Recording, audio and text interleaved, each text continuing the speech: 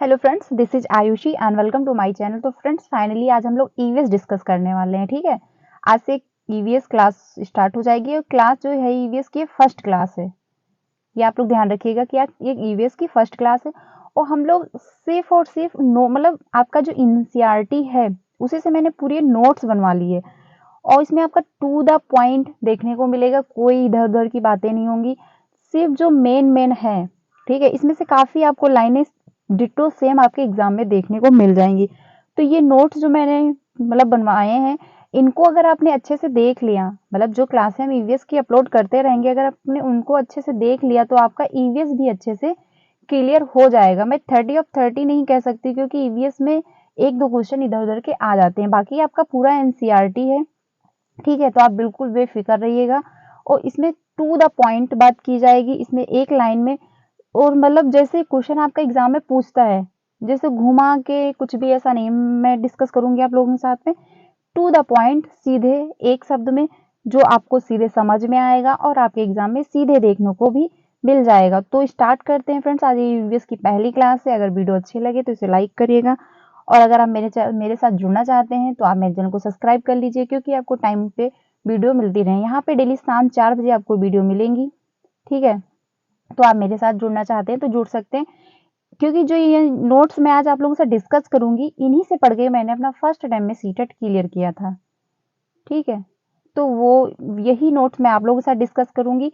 इसमें बहुत अच्छे से आपको समझ आएगा, ज्यादा आपको दिमाग फालतू का नहीं लगाना पड़ेगा, क्योंकि हर व्यक्ति चाहता है शॉर्ट में कुछ ऐसा मिल जाए जो शॉर्ट में पढ़ के मैं एग्जाम क्लियर कर लूँ। तो ये बिल्कुल शॉर्ट में नोट्स बनाई है मैंने और टू द पॉइंट बात की गई है इसमें। तो अभी जब आप लोग देखोगे तो आप लोगों को खुद ही समझ आ जाएगा।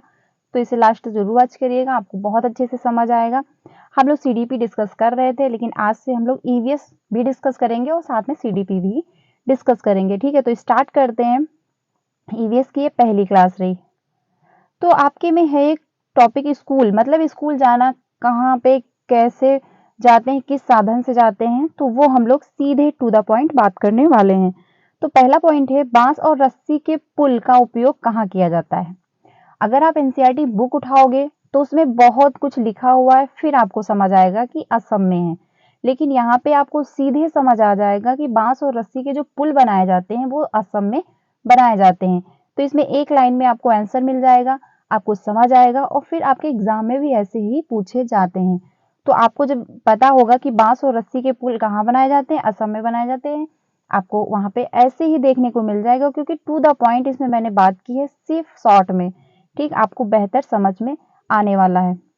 तो जो स्कूल जाना होता है, बांस और रस्सी का जहाँ पर प्रयोग करके पुल बनाए जाते हैं, वो आपका असम हो जाएगा, क्योंकि असम में ही बांस और रस्सी के पुल बनाए जाते हैं। अगला पॉइंट देख लेते हैं, ट्राली। जो ट्राली होती है वो लद्दाख में, ट्राली के द्वारा बच्चे लद्दाख में स्कूल जाते हैं। आप लोग ये ध्यान रखिएगा। आगे देखते हैं, अगला पॉइंट है सीमेंट के पुल जो होते हैं, जो सीमेंट के पुल बनाए जाते हैं सामान्य क्षेत्र में, जहाँ पे समतल हो बिल्कुल, या पानी के ऊपर, जैसे नीचे पानी भरा हुआ तो उसके ऊपर भी पुल बनाए जाते हैं, तो वो सीमेंट के ही बनाए जाते हैं। ठीक है, जो आपका वल्लम होता है, लकड़ी की छोटी नाव होती है, उसको कहते हैं वल्लम। ये जो होता है आपका केरल में है। ठीक, ये आप लोग ध्यान रखिएगा, कभी कभी ऐसे पूछ लेता है कि जो वल्लम है क्या है, तो ये केरल ये लकड़ी की छोटी नाव है जो कि केरल में पाई जाती है, इसी के द्वारा बच्चे स्कूल जाते हैं। ये आप लोग ध्यान रखिएगा। आगे चलते हैं नेक्स्ट पॉइंट पे। ऊंट गाड़ी जो है आपका राजस्थान में है, ऊंट गाड़ी से बच्चे पूछ लेगा आपसे, ऊंट गाड़ी से बच्चे कहाँ जाते हैं स्कूल, तो वो हो जाएगा आपका राजस्थान में पाया जाता है ऊंट और गाड़ी। अगला पॉइंट है बैलगाड़ी। तो ये हो जाएगा आपका मैदानी इलाकों में, जैसे गांव में मैदानी इलाके जहाँ पे होते हैं, वहां पे आपका बैलगाड़ी पाया जाता है। रास्ते पथरीले और असमान है। जब रास्ते पथरीले और असमान, जैसे पहाड़ होंगे तो उसमें रास्ते बिल्कुल क्लीन तो हो नहीं सकते, थोड़ा उबड़ खाबड़ ऐसे ही होंगे, तो आपका पहाड़ों में पाया जाता है, आपका उत्तराखंड हो जाएगा। ये आप लोग ध्यान रखिएगा, जहाँ पे पथरीले और आसमान रास्ते होंगे वहां पे आपका उत्तराखंड हो जाएगा। ये टू द पॉइंट आपको समझ आया होगा। आगे चलते हैं हम लोग। ज्यादातर पक्षियों की आंखें, ये यहाँ पे खत्म हुआ कि आपका जो स्कूल जाने के रास्ते हैं, बच्चे कौन से साधन से स्कूल जाते हैं, कहाँ जाते हैं, कौन कौन से राज्य में, तो वो आपको सब समझ आ गया होगा। आपका ऊंट जो है, ऊंट गाड़ी आपका राजस्थान हो जाएगा। वल्लम जो है वो आपका केरल हो जाएगा। तो ऐसे आप लोग याद करोगे, आपको बहुत अच्छे से समझ आ जाएगा, आपको ज़्यादा अपना दिमाग यूज नहीं करना पड़ेगा और 100% आपका ईवीएस भी अच्छे नंबर आ जाएंगे। सीटेट अगर आप मेरे साथ जुड़ जाओगे तो आपका 100% सीटेट क्लियर हो जाएगा, क्योंकि सीटेट क्लियर होना अब बहुत ज़्यादा ज़रूरी हो गया है, क्योंकि अब सभी जगह वैकेंसी आपको देखने को मिलने वाली हैं। आगे चलते हैं नेक्स्ट पॉइंट पे। ज़्यादातर पक्षियों की आंखें जो होती हैं उनके सिर के दोनों तरफ पाई जाती हैं। जो पक्षी होते हैं आपने देखा होगा कि उनकी आंखें जो होती हैं वो सिर के दोनों तरफ पाई जाती हैं, लेकिन जो उल्लू होता है उसकी आंखें बिल्कुल जैसे हम लोगों की होती है बिल्कुल सामने वैसी पाई जाती है। ये आप लोग ध्यान रखिएगा, ठीक है। अगला पॉइंट देख लेते हैं। पक्षी एक ही समय में दो अलग अलग चीजों पर नजर डाल सकते हैं। तो बिल्कुल डाल सकते हैं, क्योंकि जो उनका सिर होता है सिर के दोनों तरफ आंखें होती हैं, तो ये एक नजर में दोनों तरफ मतलब दो चीजों पे नजर डाल सकते हैं। आगे चलते हैं। जब ये बिल्कुल सामने देखते हैं, मतलब जब पक्षी बिल्कुल सामने देख रहे होते हैं, तब इनकी दोनों आंखें एक चीज पर होती हैं। जब ये सामने देख रहे होंगे तो इनकी दोनों जो आंखें होती हैं वो एक ही सामान मतलब एक ही चीज पे होंगी, जिसपे ये इनका फोकस होगा। ठीक, ये आप लोग ध्यान रखिएगा। अगला पॉइंट जो है, ज्यादातर पक्षियों की आंखों की पुतली जो होती है वो घूम नहीं सकती। एक क्वेश्चन बन जाता है कि जो पक्षी होते हैं क्या उनकी आंखों की पुतलियां मतलब आंखें उनकी घूम सकती हैं? तो नहीं, क्योंकि उनकी जो आंखों की पुतली होती है वो बिल्कुल स्थायी रहती है। जैसे हम लोगों की आंखें घूम जाती हैं, मतलब पुतलियां इधर उधर हो जाती हैं, बट उन लोगों का नहीं होता। तभी वो अपना सिर हिलाते हैं। अपना सिर घुमा के इधर देखना होगा तो अपना सिर घुमाएंगे, अगर इधर देखना होगा तब भी अपना सिर घुमाते हैं। ठीक है, तो अपनी गर्दन घुमाकर ही अपने आसपास देखते हैं, मतलब अपना गर्दन घुमा के ही इधर उधर देखते हैं। अगला पॉइंट है, पक्षी जब दोनों आंखें एक ही चीज पर केंद्रित करते हैं, मतलब जब पक्षी होते हैं और दोनों आंखें एक ही चीज पे केंद्रित करते हैं तो उन्हें चीज की मतलब जो जिस सामान पे उनकी नजर है उसकी दूरी का एहसास हो जाता है। जैसे पक्षी यहाँ पे है, अगर उसने दोनों आंखें इस पे केंद्रित की है तो उसका इसका ये एहसास हो जाएगा कि कितनी दूर पर है। तो इसमें आपको क्लियर हुआ, जो पक्षी से रिलेटेड आपका एक टॉपिक है। मतलब जो पक्षी होते हैं उनकी आंखें दोनों तरफ होती हैं, उनकी पुतलियां घूम नहीं सकती, इसलिए वो चीजों को देखने के लिए अपना गर्दन घुमा के इधर उधर देखते हैं।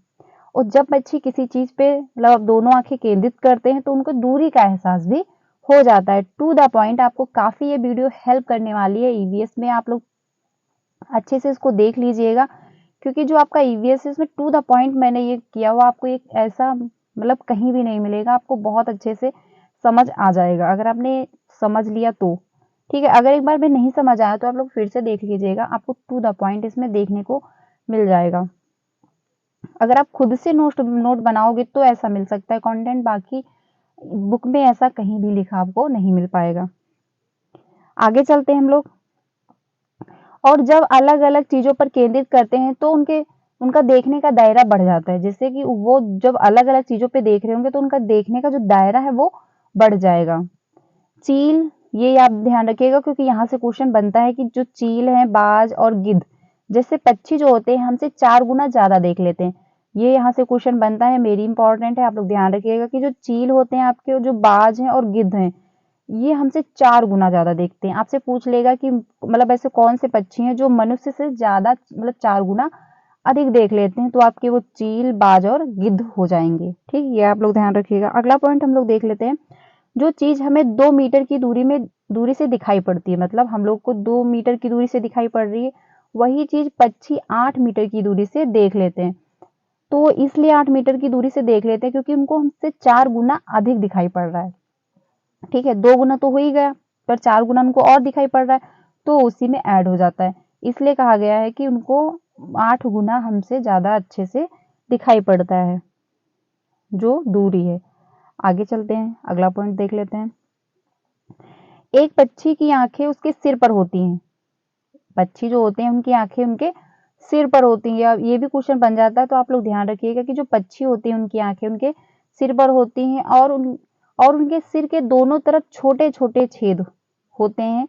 इन्हीं छेद की मदद से पक्षी सुनते हैं। जो उनके सिर होते हैं, सिर पर आंखें होती हैं और उन्हीं के आसपास छोटे छोटे छेद होते हैं, मतलब जिनको छोटे छोटे छेद होते हैं उन्हीं को कान कहते हैं। उन्हीं के मतलब मदद से पक्षी जो हैं वो सुनते हैं। छिपकली के भी छेद मतलब छोटे छेद जैसे कान होते हैं। जो छिपकली होती है आपकी, उसके भी कान होते हैं। कभी कभी ये क्वेश्चन पूछता है कि छिपकली के कान होते हैं या नहीं, तो होते हैं। उसके बहुत छोटे-छोटे कान की तरह उभरे हुए नहीं बने होते हैं, बट उनके छेद होते हैं, उन्हीं से वो सुनती हैं। आगे चलते हैं हम लोग अगले पॉइंट पे। ये रहा अगला पॉइंट। मगरमच्छ के भी छोटे छेद जैसे कान होते हैं, लेकिन हम उन्हें आसानी से देख नहीं सकते। मतलब मगरमच्छ के भी छोटे-छोटे कान होते हैं, पर उनको हम आसानी से देख नहीं पाते, क्योंकि उनकी जो शरीर की बनावट होती है वो ऊबड़-खाबड़ होती है, मतलब थोड़ा उभरी हुई होती है, तो उसमें समझ नहीं आता। क्योंकि अगर कान बने हुए हों तो उभरे होंगे तो समझ आएगा, लेकिन कान उनके बिल्कुल छेद की तरह छोटे छिद्र जैसे बने होते हैं, तो उसमें समझ नहीं आता है, क्योंकि हमको दिखते नहीं है। बाकी होते हैं, उन्हीं के माध्यम से वो सुनते भी हैं।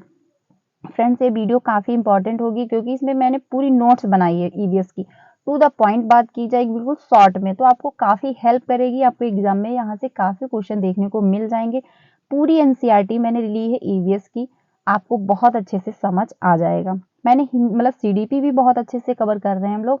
पूरी मैंने प्ले लिस्ट बना दी है। ये वीडियो मतलब ईवीएस की मैं एक पूरी प्ले लिस्ट बना दूंगी, आप लोग अच्छे से जा करके देख सकते हैं। यहाँ पे डेली शाम 4 बजे आपको वीडियो मिलती रहेंगी, तो आप मेरे चैनल को सब्सक्राइब भी कर सकते हैं। मैंने फर्स्ट टाइम में अपना सीटेट जैसे क्लियर किया था, आप लोगों का भी हो जाएगा, क्योंकि सीटेट क्लियर होना आप बहुत ज़्यादा ज़रूरी हो चुका है। ठीक है, आगे चलते हैं हम लोग अगले पॉइंट पे। अगला पॉइंट ये रहा, जानवरों पर अलग-अलग पैटर्न जैसे होते हैं, उनकी त्वचा पर बालों के कारण होता है। आपने देखा होगा कि जैसे जानवर होते हैं, गाय हुई, बिल्ली हुई, शेर हुए, चीता हुए, तो उनकी बॉडी जो ऊपर का मतलब उनका शरीर का पैटर्न होता है, वो अलग बनावट होती है, जो पैटर्न होता है। तो किसके कारण होता है? उनके बालों के कारण होता है। ये आप लोग ध्यान रखिएगा, यहाँ से भी क्वेश्चन बन जाता है। इसमें सारे टू द पॉइंट कहे गए, कोई भी लाइन आपको आपके एग्जाम में देखने को मिल जाएगी क्योंकि यहीं से क्वेश्चन बनेगा। पूरा ये ईवीएस का एक मतलब सिलेबस पूरा ईवीएस का है, मतलब ईवीएस का सिलेबस पूरा एनसीईआरटी है। आगे चलते हैं। किसी जानवर के शरीर पर बालों के बिना कोई पैटर्न नहीं होता है। मतलब देखा होगा, जिसके शरीर पे बाल अगर ना हो जानवर पे, तो उन पे कोई पैटर्न नहीं पाया जाएगा। उनके अगर शरीर पे बाल हैं, तभी उनकी त्वचा पे कोई एक पैटर्न समझ में आएगा। आगे चलते हैं।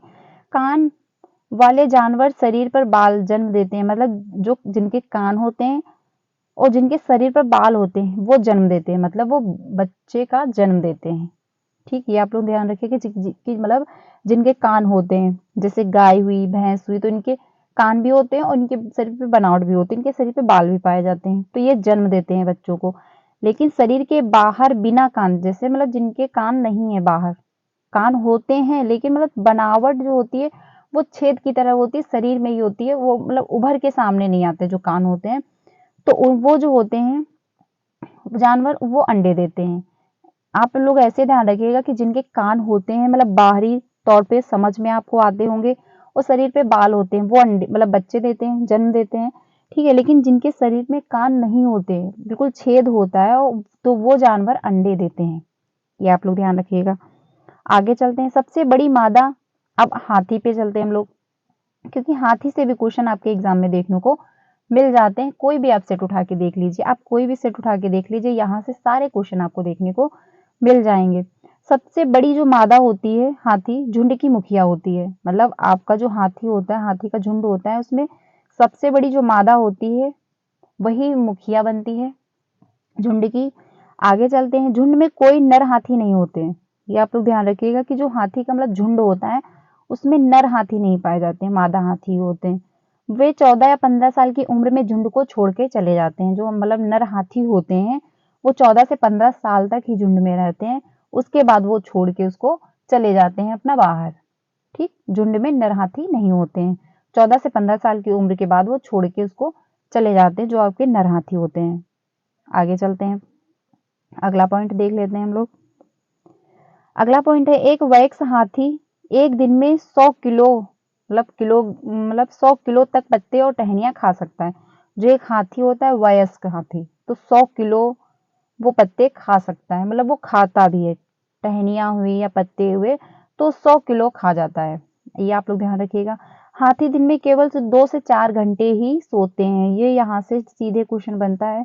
ये सारे बनते हैं। आप लोग जब एग्जाम मतलब एग्जाम हॉल में जाओगे, या फिर आप जब फिर इसके क्वेश्चन उठा के देखोगे, तो आपको खुद ही आइडिया हो जाएगा कि मैं सही कह रही हूँ या झूठ कह रही हूँ। ठीक है, तो जो हाथी होते हैं वो मतलब देखने में तो लगता है कि उनकी बॉडी बहुत ज़्यादा मतलब बड़े होते हैं देखने में, लेकिन वो जो सोते हैं सिर्फ़ 2 से 4 घंटे ही सोते हैं दिन में। ये आप लोग ध्यान रखिएगा, ज़्यादा वो नहीं सोते हैं। आगे चलते हैं, कीचड़ हाथी जो होते हैं, हाथी की त्वचा को ठंडा मतलब ठंडक रखते हैं। जो कीचड़ हाथी मतलब देखा होगा आपने, हाथी जो होते हैं वो कीचड़ में लेटते रहते हैं, बैठेंगे, लेटेंगे, लोटेंगे, तो इसलिए करते हैं कि उनकी जो त्वचा होती है उसको ठंडी पहुँचाए। जो कीचड़ में वो इसीलिए लोटते रहते हैं। आगे चलते हैं हम लोग। उनके बड़े कान भी पंखे की तरह काम करते हैं। जो हाथी के कान होते हैं वो पंखे की तरह काम करते हैं, क्योंकि बहुत बड़े होते हैं, वो अपने पंखों से ही हवा अपने आप को कर लेते हैं। वे खुद को ठंडा रखने के लिए उन्हें फड़फड़ाते हैं। जो हाथी होते हैं उनके जो कान होते हैं, हाथी के कान आपने देखे होंगे बहुत बड़े होते हैं, मतलब बहुत बड़े नहीं पर बड़े होते हैं। तो उन्हीं के माध्यम से वो जब उन्हें मतलब हिलाते हैं तो उनको ठंडी पहुंचती है, उनको हवा उसी से मिल जाती है। आगे चलते हैं। झुंड में 10 से 12 मादा हाथी और बच्चे भी होते हैं। मतलब जो आपका हाथी का झुंड होता है उसमें कितने सदस्य होते हैं, ये क्वेश्चन बनता है, तो आपका हो जाएगा 10 से 12 मादा हाथी और उनके बच्चे भी होते हैं। एक झुंड में कितने मतलब हाथियों की संख्या होती है, तो आप क्या बता सकते हैं 10 से 12 उसमें मादा और उनके बच्चे होते हैं। 14 से 15 साल की उम्र में नर जो हाथी होते हैं वो छोड़ के मतलब झुंड को चले जाते हैं। ये भी आप लोग ध्यान रखिएगा। अगले पॉइंट पे चलते हैं हम लोग। जो आपका खेजड़ी है, मतलब खेजड़ी एक वृक्ष होता है जो आपका राजस्थान में है, यहाँ से भी क्वेश्चन बनता है, और ये राजस्थान के जोधपुर में है। जोधपुर के पास में है जो आपका खेजड़ी वृक्ष है। ये राजस्थान में पाया जाता है क्योंकि ये कम पानी में भी चल जाता है। अगला पॉइंट देख लेते हैं। लगभग 30 साल पहले इस गांव के लोगों को बचाया था। जो ये खेजड़ी का मतलब पेड़ है, ठीक है, ये लगभग 3 साल पहले गांव के लोगों को इन्होंने बचाया था। खेजड़ी गांव के लोग बिश्नोई कहलाते हैं। जो मतलब खेजड़ी गांव के लोग हैं, उनकी जो मतलब वहां पे रहते हैं खेजड़ी गांव के लोग, जो राजस्थान में पाया मतलब राजस्थान के जोधपुर के पास है। तो खेजड़ी गांव जो है वहां के जो लोग रहते हैं उन्हें बिश्नोई कहते हैं। आगे चलते हैं। खेजड़ी का पेड़ ज्यादा पानी के बिना भी बड़ा हो सकता है, क्योंकि वहां मतलब राजस्थान है, राजस्थान में इतना पानी उपलब्ध नहीं हो पाता है, तो वो बिना पानी के भी उनका मतलब वो जो पेड़ है वो विकसित हो सकता है, वो बड़ा हो जाता है। ये आप लोग ध्यान रखिएगा। तो जो खेजड़ी का पेड़ है कहाँ पाया जाता है आपका, राजस्थान के जोधपुर में पाया जाता है। ये 3 साल पहले गांव को इन्होंने बचाया भी था। जो आपका खेजड़ी गांव के लोग जो होते हैं उन्हें क्या कहते हैं, उन्हें बिश्नोई कहते हैं। आगे देखते हैं। खेजड़ी का पेड़ ज्यादा पानी उसको नहीं चाहिए, वो कम पानी में भी अपना विकास कर सकता है। आगे चलते हैं अगले पॉइंट पे। अगला पॉइंट है, ये मतलब जो फलियां देता है और कीटों से भी मतलब कीटों से प्रभावित नहीं होता है। जो ये आपका खेजड़ी पेड़ है ये फलियां देता है, मतलब फलियां निकलती हैं, उसमें छोटे छोटे दाने होते हैं, ठीक, वो देता है। और जो इसकी मतलब खेजड़ी के पेड़ की लकड़ियां होती हैं, जो लकड़ियां होती हैं उनको कीड़े प्रभावित नहीं करते हैं। ये नहीं है कि उनको कीड़े खा गए या उसमें कुछ लग गया, तो ऐसा नहीं होता है। खेजड़ी के पेड़ों में कीड़े नहीं लगते, उन्हें प्रभावित नहीं करते हैं। अब आगे चलते हैं हम लोग। बिहार के मुजफ्फर जिले में बोचाचा गांव है। ऐसे भी क्वेश्चन बनते हैं कि कौन सा जिला कहाँ है, तो जो आपका बिहार के मुजफ्फरपुर जिले में बोचाचा गांव है। मधुमक्खियां जो होती हैं, यहाँ से भी क्वेश्चन बनता है मधुमक्खी पालन से आपके में, ठीक।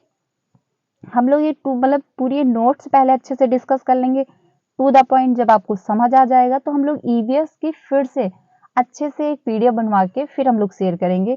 उसमें हम और डिटेल से डिस्कस करेंगे, ठीक। उसमें हम लोग मतलब साइड में पिक्चर वगैरह भी लगा के डिस्कस करेंगे, तो आपको और समझ आएगा। ये पूरी एक नोट्स है, तो आप लोग अच्छे से ये भी समझ लीजिए, क्योंकि जब आप नोट्स को देखोगे तो टू द पॉइंट आपको समझ में आ जाएगा, ठीक। आगे चलते हैं।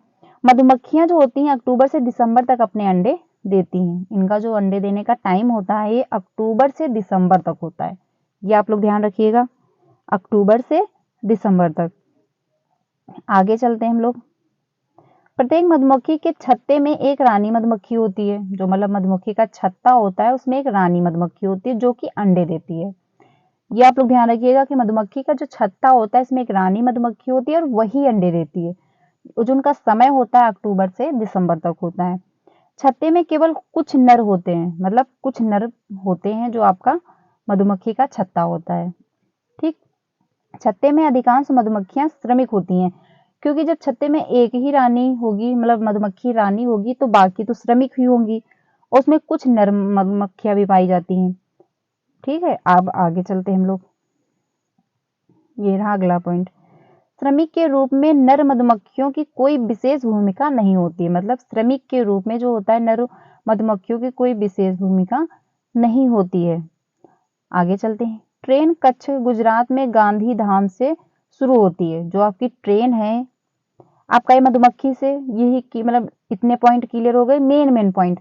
वैसे आप पढ़ना शुरू कर दोगे मधुमक्खी तो बहुत ज्यादा है, आपको मतलब कैसे क्या इन्होंने ये किया वो किया, वो पढ़ने से कोई फायदा नहीं है। जो आपके एग्जाम में पूछा जाएगा, क्योंकि आपके पास टाइम बहुत कम बचा है, सिर्फ 1.5 महीने या 2 महीने बचे हुए हैं। ठीक है, तो आपको सिर्फ अब इतना पढ़ना है जो आपके एग्जाम में पूछा जाएगा।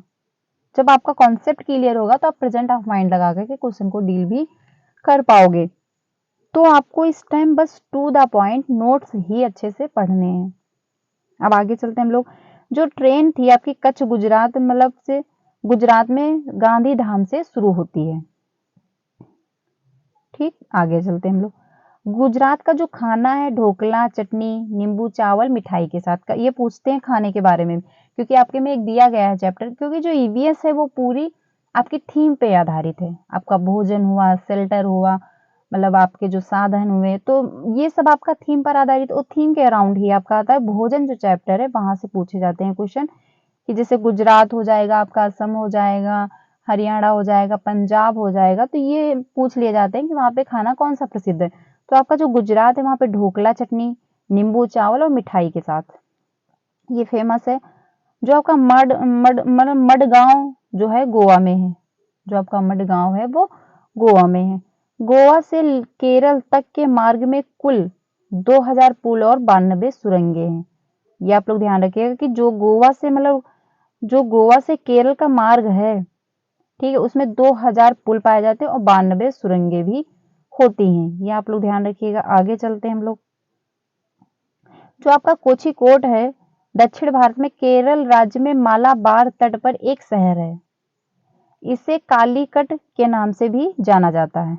जो एक मतलब ये मालाबार तट पर एक शहर है, उसको कालीकट के नाम से भी जाना जाता है। आगे चलते हैं। गुजरात से केरल के रास्ते में ट्रेन पार करती है। मतलब जो गुजरात है उसके केरल के रास्ते से ट्रेन पार करती है। महाराष्ट्र, गोवा, कर्नाटक, फिर भारतीय राज्य के केरल पहुंच जाती है। मतलब ये इतने राज्य ये पार करती है, जो आपका महाराष्ट्र है, गोवा है और कर्नाटक है। अब हम लोग देख लेते हैं कि जो भाषाएं हैं, कौन से राज्य में कौन सी भाषा बोली जाती है। यहाँ से भी क्वेश्चन देखने को मिल जाते हैं। तो जो आपका मतलब भाषा है और कहाँ मतलब कौन से राज्य में बोली जाती है, तो आपकी जो मलयालम है वो आपकी केरल राज्य में बोली जाती है। ये आप लोग ध्यान रखिएगा। क्वेश्चन यहाँ से भी सीधे आपके एग्जाम में देखने को मिल जाते हैं। आप लोग थोड़ा सा भरोसा कीजिएगा मुझ पे, मैं कुछ भी ऐसे ही नहीं बोल रही हूँ। मैंने यहीं से पढ़कर, इसी नोट से पढ़ के अपनी ईवीएस भी अच्छे से कंप्लीट की।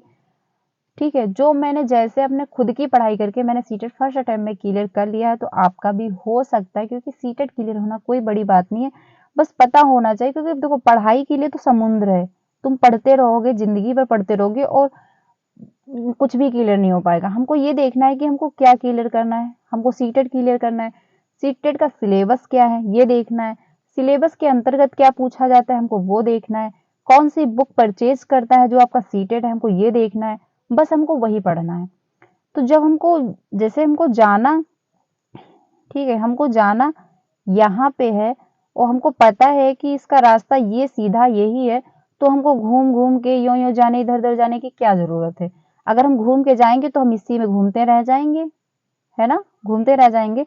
अगर हमको पता है कि सीधा रास्ता यही है तो हम सीधे अपने रास्ते से ही चले जाएंगे। तो यही सीटेट का खेल है। अगर आप पढ़ते रहोगे तो कुछ भी पढ़ते रहोगे, आपका सीटेट क्लियर नहीं हो पाएगा।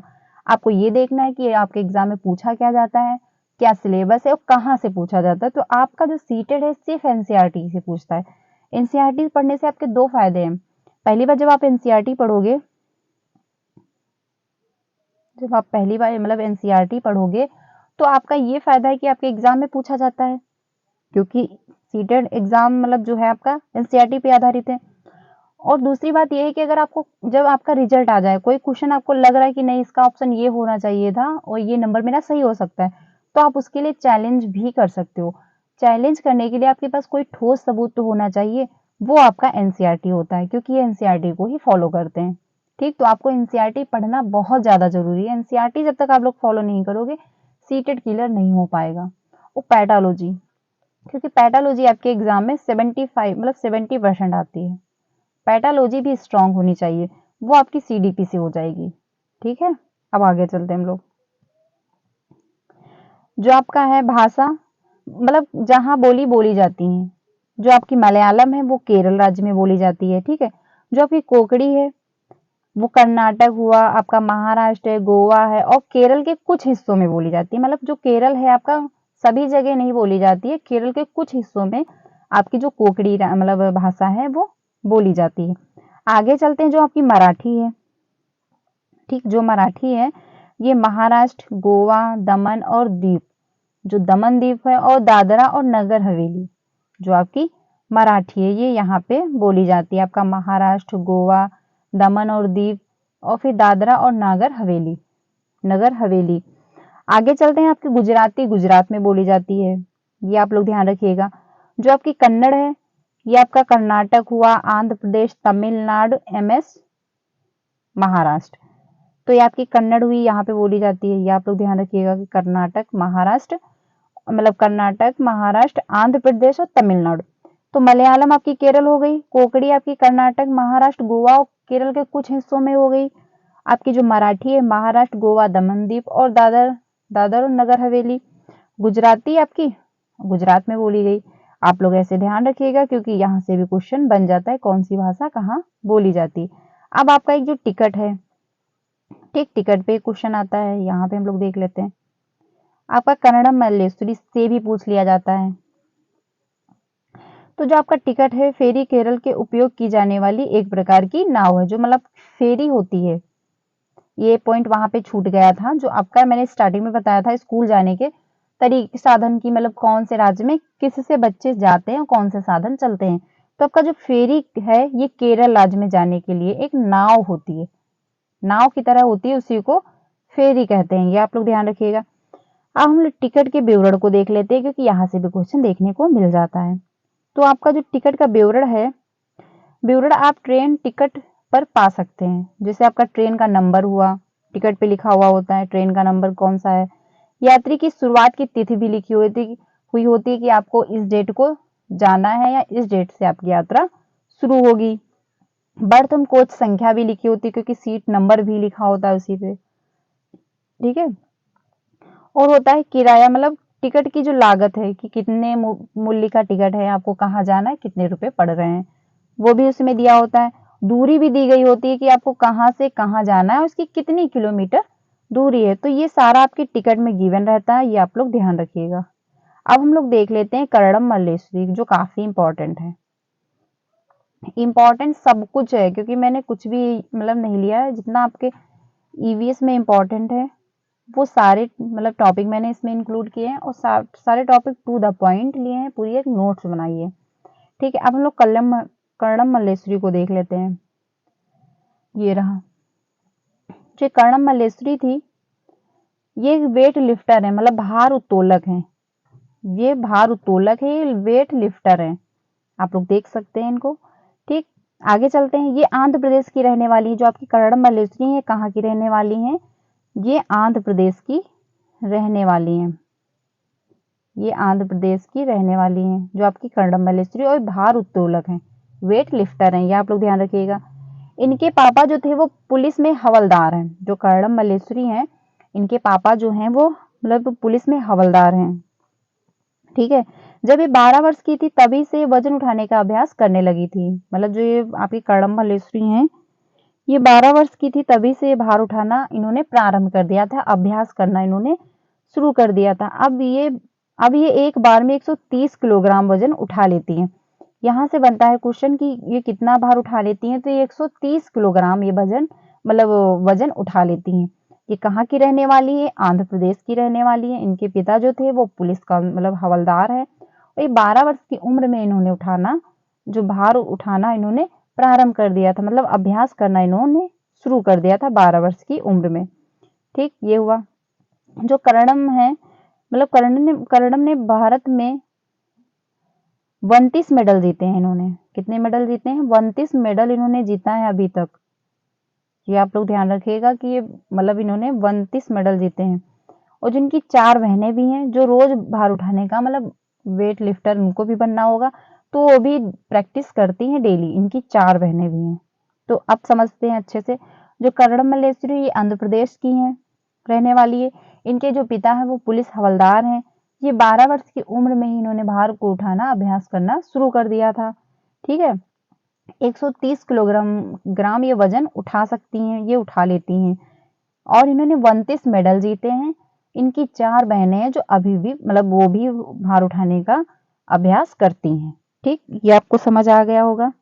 अब चलते हैं आगे, एक क्वेश्चन देख लेते हैं जो आपका है पीएनआर ऑन ट्रेन टिकट जो होता है तो वो क्या होगा? मतलब आपका होगा पर्सनल नेम ऑन रिकॉर्ड, मतलब पर्सनल नाम और रिकॉर्ड कि व्यक्तिगत नाम और रिकॉर्ड होना चाहिए। जो आपका पीएनआर होता है उसी के अंतर्गत होगा कि आपका मतलब क्या नाम है, आपका नाम क्या है, आप फीमेल हो या मेल हो, आपका बर्थ क्या है, आपका टिकट का किराया का कहाँ पे जाना है, कितनी दूरी है, तो वो सारा इंफॉर्मेशन इसी के अंतर्गत होता है। अब आगे चलते हैं हम लोग, एक और क्वेश्चन देख लेते हैं। आरक्षित रेल टिकट के निम्नलिखित में से कौन सी जानकारी प्राप्त की जा सकती है? तो आपका पहला है बुकिंग की तारीख और समय, यात्रा शुरू होने की तारीख और समय, या फिर आपका होगा कोच नंबर, बर्थ नंबर और किराया, यात्रियों का नाम, आयु और लिंग, नाम, बोर्डिंग स्टेशन और अंतिम स्टेशन के साथ ट्रेन नंबर, या फिर आपका गंतव्य पर पहुंचने की तिथि और समय। तो इसमें आपका बी ऑप्शन सही होगा, क्योंकि ए भी सही है कि उसमें बुकिंग में लिखा भी होता है आपकी कौन सी तारीख है, कौन से समय आपको जाना है आपकी ट्रेन, तो उसी हिसाब से आप स्टेशन पे पहुंचोगे। ठीक, उसमें तारीख और समय भी दिया रहता है, कोच नंबर भी दिया होता है, बर्थ नंबर और किराया भी उसी में गिवन होता है। ठीक है, यात्रियों का नाम भी दिया होता है, आयु लिंक मतलब आप मेल हो या फीमेल हो ये भी दिया होता है, और जो नाम है बोटिंग स्टेशन के अंतिम स्टेशन के साथ ट्रेन नंबर भी दिया रहता है। लेकिन आपका ई है ये जो गलत है, लेकिन इसमें आपका बी ऑप्शन सही हो जाएगा। ए बी सी और डी ये 4 आपके सही हैं। आगे चलते हैं हम लोग, आगे हम लोग डिस्कस कर लेते हैं। अब हम लोग यहीं तक डिस्कस करेंगे, कल हम लोग मधुबनी पे चलेंगे। ठीक है, जो फूलों की घाटी उत्तराखंड की पहाड़ियों में पाई जाती है। आपका पूछ लेता है कि फूलों की घाटी किसको कहते हैं, तो वो उत्तराखंड को कहते हैं, क्योंकि उत्तराखंड में ही फूलों की घाटी है और वहीं पे पाई जाती है। तो ये क्वेश्चन बनता है सीधे कि फूलों की घाटी किसको कहते हैं, आपका उत्तराखंड हो जाएगा। आगे चलते हैं, आपका गेंदा हुआ, जेनिया आदि फूलों का उपयोग कपड़ों को रंगने के लिए किया जाता है। जो आपके कपड़े रंगे जाते हैं उसमें आपका गेंदा का फूल हो जाएगा, आपका जेनिया हुआ, इनको मतलब कपड़े के रंगने के लिए इनका प्रयोग किया जाता है, जो ये फूल हैं। आगे चलते हैं, उत्तर प्रदेश में कन्नौज जिला जो है इत्र के लिए प्रसिद्ध है। ये भी आपका पूछा जाता है, जो इत्र के लिए कौन सा जिला प्रसिद्ध है, तो आपका कन्नौज जिला हो जाएगा, जो कि उत्तर प्रदेश में पाया जाता है, मतलब उत्तर प्रदेश में है। कन्नौज जिला इत्र के लिए प्रसिद्ध है। कल हम लोग मधुबनी डिस्कस करेंगे। ठीक है, तो आज के लिए बस इतना ही रखते हैं फ्रेंड्स, बाकी हम लोग कल अच्छे से डिस्कस करेंगे। तो आप लोग इतना अच्छे से रिवीजन कर लीजिएगा। अगर आपको नहीं समझ आया तो फिर से आप ये वीडियो देखिएगा और इसकी नोट्स बना लीजिएगा आप लोग। जब आप इसकी नोट बना लोगे तो आपको और अच्छे से समझ आएगा, जब खुद से लिखोगे तो और अच्छे से आपके दिमाग में भी सेट हो जाएगा। और आप लोग इसको 1 से 2 बार देखिएगा, आपको अच्छे से समझ आ जाएगा। इसमें टू द पॉइंट मैंने बात की, अगर आपको नहीं समझ आ रहा, आप कोई भी पीवाईक्यू क्वेश्चन उठा के देख सकते हैं, यहाँ से क्वेश्चन बने हैं कि नहीं बने हैं। ठीक, क्योंकि अब एनसीईआरटी आपको अच्छे से पढ़नी पड़ेगी और टू द लाइन पढ़ना पड़ेगा। जब से आपका ऑफलाइन पेपर हुआ उसमें पेपर काफी हार्ड बना दिए गए, तभी से जाके आपका पेपर का लेवल जो है अब अप हो गया है। क्योंकि पहले क्वेश्चन शॉर्ट में पूछ लिए जाते थे, आप पहले क्वेश्चन पेपर उठा के देखिए तो क्वेश्चन 1 लाइन या 2 लाइन के होते थे, लेकिन अब के देख लो तो आप 5, 6, 7, 8 लाइन के भी क्वेश्चन देखने को मिलते हैं। उसमें पढ़ने में बहुत ज्यादा टाइम लगता है। तो जब तक आपका कॉन्सेप्ट क्लियर होगा तो आप टू द पॉइंट देखोगे और आगे बढ़ जाओगे। तो कॉन्सेप्ट क्लियर होना भी बहुत ज्यादा जरूरी हो गया है। तो ये हम नोट्स में आप मतलब आपके लिए काफ़ी हेल्प करेगी और ये वीडियो आपके लिए काफ़ी हेल्पफुल रहेगी ईवीएस के लिए। आप लोग इसे अच्छे से पढ़िएगा, देखिएगा और अपने फ्रेंड को भी शेयर कीजिएगा। अगर वीडियो अच्छी लगी है तो इसको लाइक भी करिएगा और अगर आप मेरे साथ जुड़ना चाहते हैं तो आप मेरे चैनल को भी सब्सक्राइब कर सकते हैं। डेली यहाँ शाम आपको 4 बजे वीडियो मिलती रहेंगी और बाकी टीचिंग से रिलेटेड कोई भी इंफॉर्मेशन है, वो आपका कीवीएस हुआ, DSSB है, बिहार शिक्षक भर्ती है, यूपी टेट है, सुपर टेट है, तो सारी इंफॉर्मेशन आपको भी यहाँ से मिल जाएंगी। तो आप मेरे साथ जुड़ सकते हैं। टीचिंग से रिलेटेड आपकी सारी इंफॉर्मेशन यहाँ पे आपको मिलती रहेंगी। तो फ्रेंड्स आज के लिए इतना ही रखते हैं। कल मिलते हैं नेक्स्ट वीडियो में। कल भी हम लोग ईवीएस अच्छे से डिस्कस करेंगे। अब हम लोग ईवीएस की जो नोट्स मैंने कंप्लीट की बनाई है वो हम लोग अच्छे से कवर कर लेते हैं, जिससे आपका ईवीएस भी अच्छे से कवर हो जाएगा। तो हम लोग प्रैक्टिस करने लगेंगे, ठीक है। सीडीपी हम लोग कवर कर रहे हैं, उसमें काफ़ी टॉपिक हम लोगों ने कवर कर लिए हैं और बाकी हिंदी पेडोलॉजी वो भी मैंने कवर कर ली थी। लेकिन एक मैराथन क्लास में मतलब एक मैराथन क्लास लगा देंगे, उसमें पूरी हिंदी आपकी जो पूरी हिंदी है वो फिर से रिवीजन कर देंगे, जो कि आपकी हिंदी पेडोलॉजी है। और हम लोग जो आपके गद्य पद्य होते हैं वो कैसे सॉल्व करते हैं, वो उसकी भी एक वीडियो बनाएंगे। तो उसमें आपका ये रहेगा कि 15 नंबर जो होते हैं वो आपके पूरे वहां से कंप्लीट हो जाएंगे। हिंदी भी काफ़ी स्कोरिंग सब्जेक्ट होती है, क्योंकि 15 नंबर की आपकी पेडोलॉजी आती है, वो आपकी कंप्लीट हो जाएगी। क्योंकि एक मैराथन क्लास हम मतलब अपलोड कर देंगे, आप वो लोग देख लीजिएगा। बाकी जो आपके गद्य पद्य होते हैं वो कैसे सॉल्व करते हैं, तो वो मैं इसकी एक वीडियो बना दूंगी, वो आप लोग देख लीजिएगा। क्योंकि पेडोलॉजी जब आप मतलब ये पैराग्राफ आप अच्छे से सॉल्व करोगे तो आपके 15 नंबर कहीं नहीं जाने वाले हैं, बहुत अच्छे से आराम से मिल जाते हैं। ये भी आपकी काफ़ी स्कोरिंग सब्जेक्ट हो जाती है, क्योंकि इसमें भी मेरे 15 के 15 आ गए थे। ठीक है, तो जैसे मैंने अपना पैराग्राफ सॉल्व किया था तो वो भी मैं आप लोगों के साथ डिस्कस करूंगी, वो भी मैं एक वीडियो बनाऊंगी। तो आप मेरे साथ जुड़ सकते हैं, क्योंकि अगर आप मेरे चैनल को सब्सक्राइब कर लोगे तो सारी वीडियो आपको मिलती रहेंगी, इसलिए बाकी कोई प्रॉब्लम नहीं है। अगर आपको समझ आ रहा है तो आप लोग मेरे वीडियो को लाइक करिएगा एंड अपने फ्रेंड को भी शेयर कीजिएगा। तो फ्रेंड कल मिलते हैं नेक्स्ट वीडियो में, तब तक के लिए अपना ध्यान रखिए, अच्छे से पढ़ाई करते रहिए। Thank you so much.